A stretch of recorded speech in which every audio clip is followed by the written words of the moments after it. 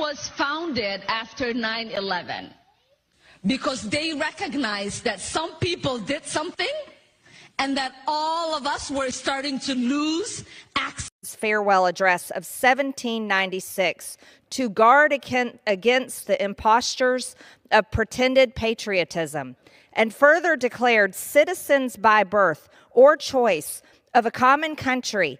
That country has a right to concentrate your affections. The name of American, which belongs to you in your national capacity, must always exalt the just pride of patriotism more than any appellation derived from local discriminations.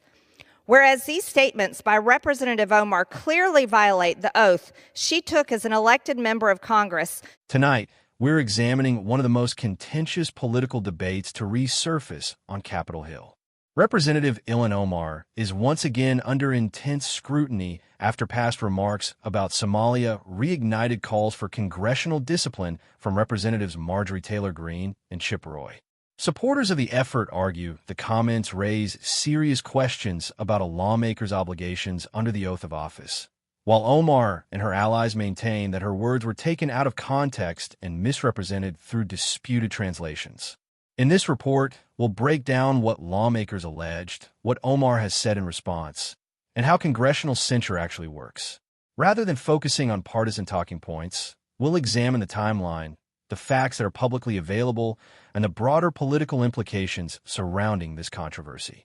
As always, our goal is to provide context so you can form your own conclusions based on the evidence. If you appreciate in-depth political reporting that goes beyond the headlines, take a moment to like this video, subscribe to the channel, and turn on notifications. Your support helps us continue producing fact-based coverage of the biggest stories shaping American politics. Now, let's take a closer look at what sparked this latest congressional clash. Let's get right into it.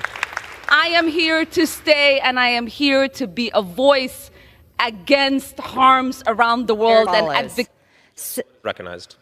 Censuring Representative Ilhan Omar of Minnesota. Whereas elected members of Congress take an oath to bear true faith and allegiance to the United States without any mental reservation or purpose of evasion. Whereas Representative Ilhan Omar took an oath of allegiance to the United States upon becoming a citizen, declaring, "I absolutely and entirely renounce and abjure all allegiance and fidelity to any foreign prince, potentate, state, or sovereignty, of whom or which I have heretofore been a subject or citizen." Whereas on January 27, 2024, Representative Omar gave remarks at an event in Minneapolis in which she made treasonous statements. Whereas Representative Omar said she has spoken to many Somalians who asked her to intercede for the Somali government by pressuring the United States government into certain actions. Whereas Representative Omar assured the Somalians she spoke to, the U.S. government will only do what Somalians in the U.S. tell them to do.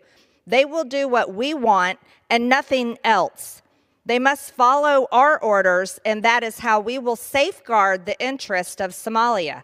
Whereas Representative Omar continued, "For as long as I am in U.S. Congress, Somalia will never be in danger.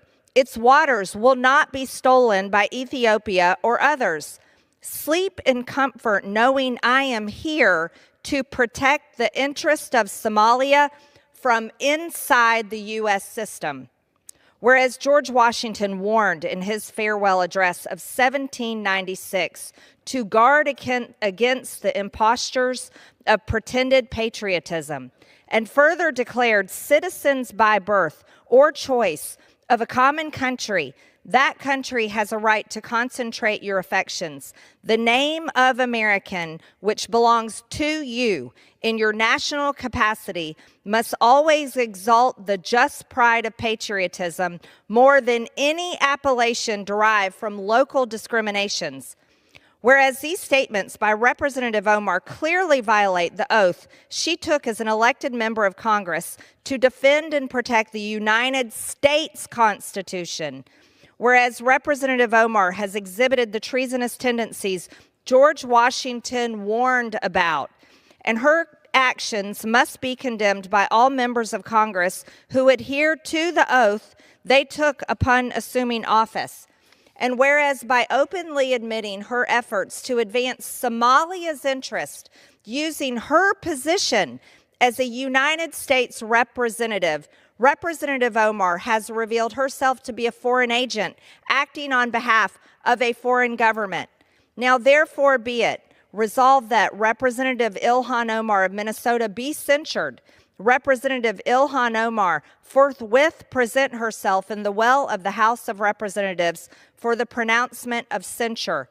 Representative Ilhan Omar be censured with the public reading of this resolution by the Speaker, and Representative Ilhan Omar be and is hereby removed from the Committee of the Budget and the Committee on Education and the Workforce. At the center of this controversy is an important distinction that often gets lost during heated political debates: the difference between allegations and established facts. Members of Congress regularly introduce resolutions to censure colleagues, but introducing a resolution doesn't mean it has been adopted or that every accusation within it has been proven.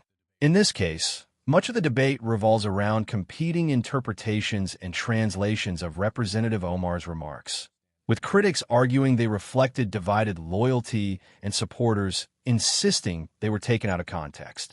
This raises a broader question about political accountability in the digital age. Viral clips and translated excerpts can spread across social media within minutes, often shaping public opinion long before complete transcripts or independent analyses become widely available. That's why context matters just as much as the headlines themselves. What do you think?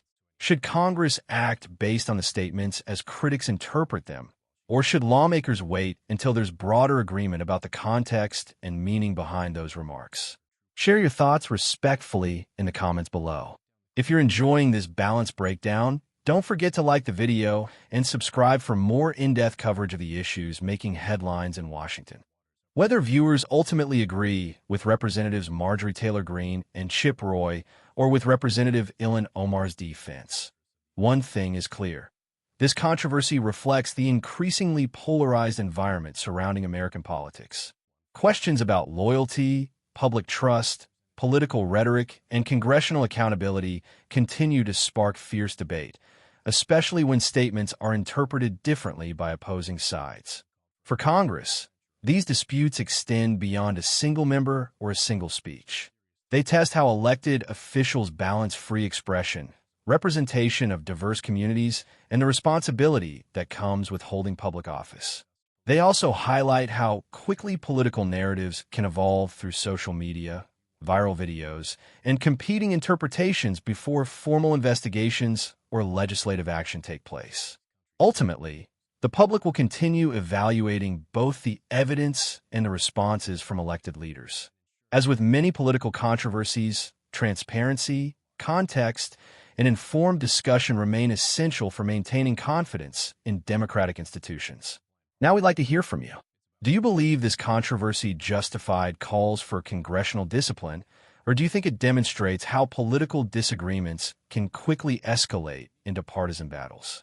Let us know your perspective in the comments below.